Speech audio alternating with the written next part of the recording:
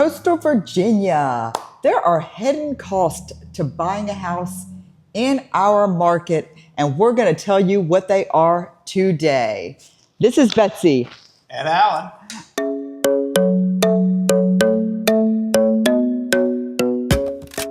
I was first today. I know. Doesn't happen that often, does it? No. But hey, anyhow, so we want to let you know what all of the hidden costs are in buying a home in this coastal Virginia market, and we're going to let you know today. Real quick, if you are new to our channel here with the Great Living Team, one thing we want you to do is please below like us And subscribe. because that way we can keep bringing you information and you will get it in a timely manner. And what people don't know, especially when buying a house here and they come here and they're like, hey, take me all the way out to Suffolk and I'll be good because houses are a little bit cheaper there. Or guess what? I'll go on this side of the tunnel and I'll buy a house. But guess what? I am commuting over here. And I always go, not a good idea. Work where you live. As a matter of fact, I won't even go on that side of the tunnel typically to sell a home because here's the thing. What people don't know is what, Alan? You know, there's a difference between how many miles you work from someplace and how much time it takes you from someplace. Right. And here, the major thing is, one of the reasons people come here is they think they're going to have a great life because they're going to be around the beach and the water. Yes. And we have water. We have water everywhere. Everywhere. We're surrounded by water. No matter where you go, you have to get through a tunnel. A bridge. Yep. Multiple tunnels. And in fact, multiple. One thing, it's great. Our main tunnel that goes to what we call the peninsula, the other side of the water. We're what's called the south side. Right. And the other side's called the peninsula. They are under construction. In fact, I posted a video on my site last week. That's going to be amazing. About the engineering it is doing to build a whole new tunnel. And what people don't realize is many years ago, the Navy chose our area to build the largest naval base in the world because of a couple of good things. Right. It's protected. You come into the bay and it's protected from the storms a lot more than if they're on the actual coast. Mm-hmm. But to do that, we have the naval bases inside the bay. Well, guess what? You have to be able to get those huge aircraft carriers and those submarines out of that and to go over. Well, you know what? We're not building a bridge high enough to go over the aircraft carrier. So they have to take into account that aircraft carrier, and there's a lot of that aircraft carrier underwater. So guess what they have to do? They have to build a tunnel that goes deep enough that the aircraft carrier can go across. Mm-hmm. I remember the very first time I was coming across the bridge before I went under the water, and I could just see an aircraft carrier there. And I'm thinking, I'm going to be underneath a huge ship. It's crazy. Or the first time you see a submarine going through and you're thinking, I'm going underneath that submarine. But here's what all that means. One way across. And guess what happens? Invariably, somebody has an accident sometimes. Even if they don't, people are counting the tiles in the tunnel. I always go, what are they doing? Or that scared person who's afraid of the tunnel is driving a freaking car. And they're sitting there and they like slow down. No matter how many signs say, maintain your speed through the tunnel, they don't. And so it slows down and traffic backs up. So one thing you have to consider is over which bridge or through which tunnel or multiple bridges and tunnels you're going to have to travel to go from home to work every day. Right. Because that comes into play. Yeah. And you know, we have Tina who actually works on the other side. And some days I'll look at her because I'm going home and I'll go, Tina, oh my gosh, Tina, it says 120 minutes. Or it says, you know, God forbid, it says like 180 minutes. And I'm like, girl, thank God you got that electric car and you can just sit there because it can be really bad. It can be 3 hours. So it gets bad. There's a time factor and time is money. But the other thing that goes along is sometimes our bridges and our tunnels have tolls. Oh, we do. Right. So we have a lot of tolls. And our tolls aren't bad because trust me, you go to DC and I'm like, I look at these tolls and I'm like, yeah. So the idea but we have seen tolls. Yeah, you want to have an easy pass. We have seen tolls go crazy. And so the easy pass gives you a break. It basically says, hey, I'm a local. I use this a lot, and so I get a discount on it. So you do want to have an easy pass, but there are tolls to take into account. And they go higher depending on how bad the traffic is. I have lots of vehicles that I think I pay for between us and some staff and things I have tolls. Mine is about $200 a month in tolls that go through my toll, but that's for probably 6 or 7 vehicles worth of cars that have that I cover. So when you look at that, and all that comes into play. I So, like to take the toll roads, just in case Yes. anybody was wondering, even if Betsy they're 30 likes to go cents. faster. I'm just like, wow. I tell people when it's 30 why cents, not? never take the toll road because they're basically saying there's no traffic And I on the think main if road. it's 30 cents, it's only 30 cents. Why not take the toll road? I know. So anyway, But she just wants today, to go faster. today it didn't get me. Today it was 350, and usually when it's 350, I'm like, oh, I'm getting in that toll because that means it's really backed up, and I didn't get gotten today. Didn't get gotten. So there's But the first thing. there's one. Now, So here's the other thing. We have lots of water. And typically when you're on the water, what that also means is you are open to hurricanes or some storms or some nor'easters coming down. And what that affects is flood insurance. insurance in our area. That goes along with the water too. So depending on where you are in our area, we have various Sound of zones. freedom. Sound of freedom. Yep. You got to look at that too, by the way, when you buy here. We'll talk about that. There is a noise zone. So, but when you're looking, squirrel. So when you're looking at the, right? So when you're looking at it, It's there here. are multiple flood zones. And depending on the elevation of your house, the distance from the water, and the previous history of flooding is what your flood zone is going to be for your house. And guess what? Some flood zones mean, hey, we don't have to have flood insurance. Some flood That's zones X. means we don't have to have flood insurance, but we're really close, so I'm probably going to buy it. And if you don't have to have it and you do buy it, very low. Mm-hmm. It's very inexpensive. X500. Yep, X500. But then we start getting into the ones AE. that require you to have flood insurance. When they require you to have flood insurance, some places can it get a little pricey. Yes. I mean, when you get to A, you're like, oh, dear God, what am I paying? AE. So here's the thing. I mean, you really have to look at it because we pay flood insurance and we don't need it. Everybody realistically should Put it in have perspective. flood insurance. We're in. We pay about $900 a year. Mm-hmm. And so, but There's that's some for- mandatory that only pay 600, just so we're that's clear. for a pretty big house. And so they base it on the value and the replacement cost of your house. So for us, that's pretty good because when was it? Like 10 years ago, Matthew Yeah. came through and they And had the a nor'easter came. behind it. And guess what they were doing? My street in front of my house, they were kayaking down it. Mm-hmm. I didn't have to have flood insurance, but guess what? Glad you did. It did not come into my It did house. not. It did not. It came right up to our garage. And when those fools were coming by with their trucks, pulling their kids on their freaking kayaks behind it and stuff, I was like, I'm going to punch you in the wake face. made it come in, but that was about it. So anyway, Yeah. so we have flood insurance. Yep. Good. So- Then we've got regular housing insurance. Yep. Here's what you need to know about that. Sometimes people get into a mortgage and they think you've got a fixed rate mortgage, your payment's never going to change. Not the case. No, because you Homeowners insurance can go up, and homeowner insurance gets spread a lot of times across the country, these big national firms. And guess what? Although it doesn't affect you directly here, those fires in California, if you've got one of the firms The like flood State is huge. Farm I or mean- something, guess what? They try to spread that cost, and what do? They get it wherever they can get it, and the rates start going up. So Yep. you got to be aware of that. Absolutely. Since we just heard it, the sound of freedom. So if you work from home, you probably don't want to be in a plus 75 noise zone.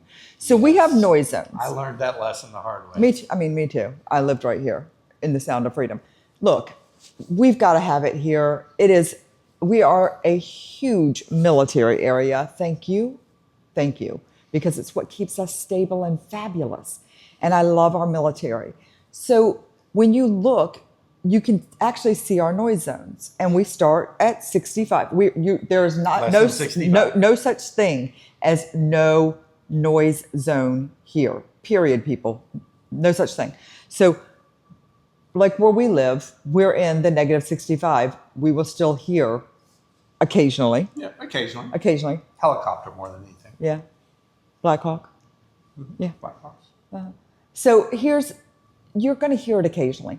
But you can be in the negative 65, and then you can be in the 75 plus.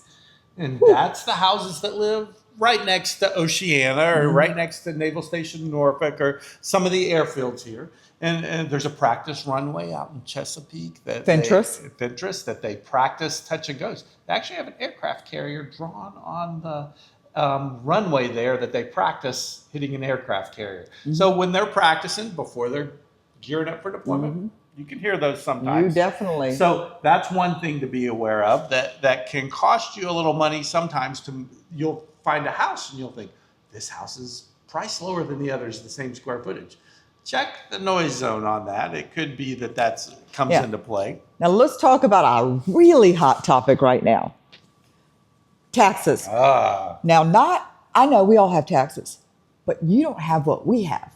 We have personal property taxes. And when I say that, you're like, oh, okay.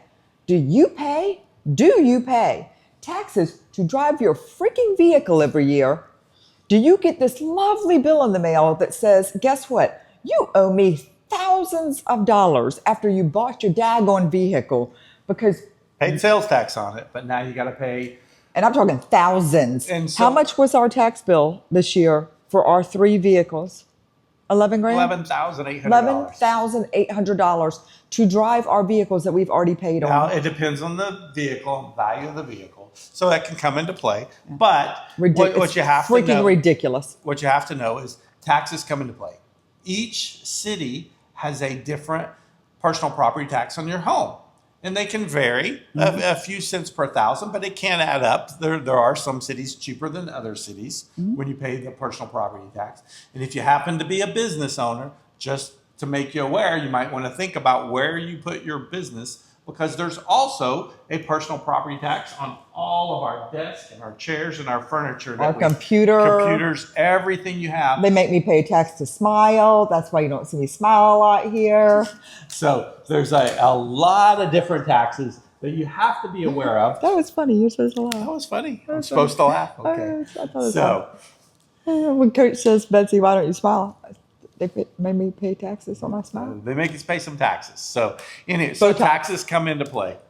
Botox. That's Botox tax. Yeah.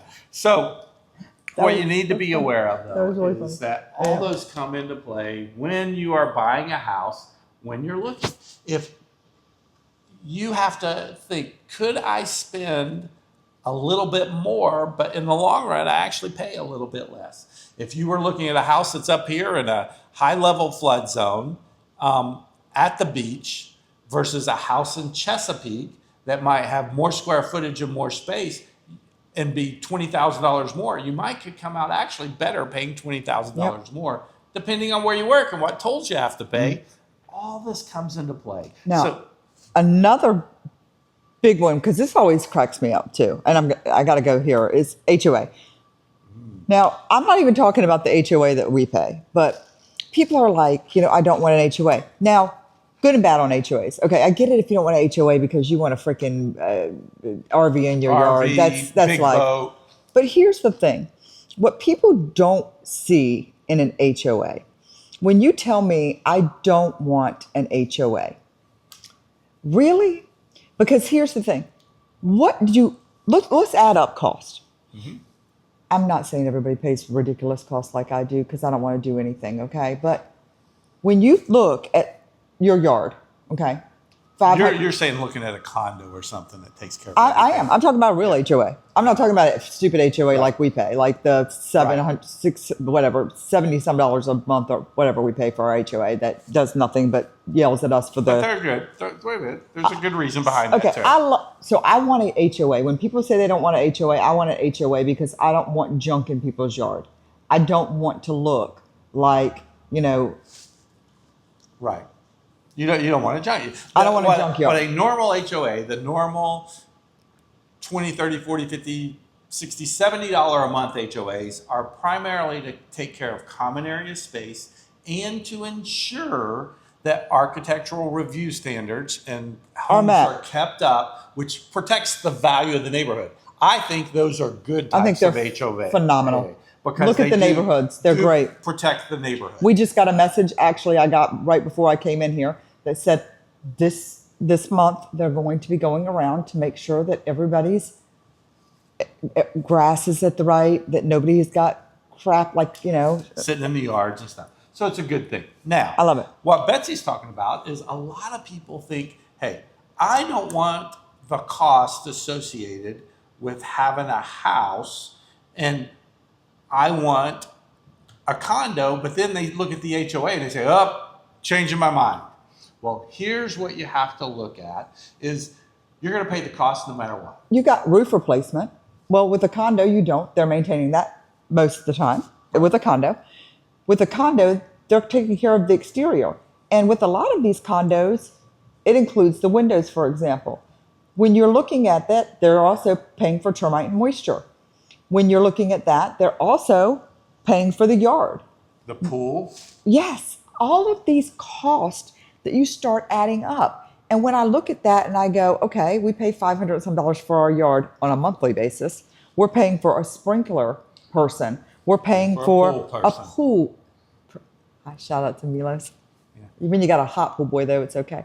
So a pool person. Then sometimes at times we've got to pay to have the house power washed and cleaned. You got to pay for that at least once or twice a year when you got a standard HOA. Yeah. But you got to pay for your mulching, and you've got to pay for. But when you have to put on a roof, and then when you have to put on windows, and you've got termite and moisture, and we are the second highest in the country here, so this is a big issue. All of those, we've looked at how would we like living in a penthouse condo sometimes, and you look at the fee, but then we think we travel a lot and they take care of everything. Maybe that's a good thing, right? Because you don't have all of those added costs. It makes it easy. So it does. So when you start looking at this, guys, and you start looking at where do I want to live, and you start adding all of these costs up, and you're going, well, start looking at it and going, is it really saving you money to save the $10,000 to go out a little bit further when you start paying those tolls?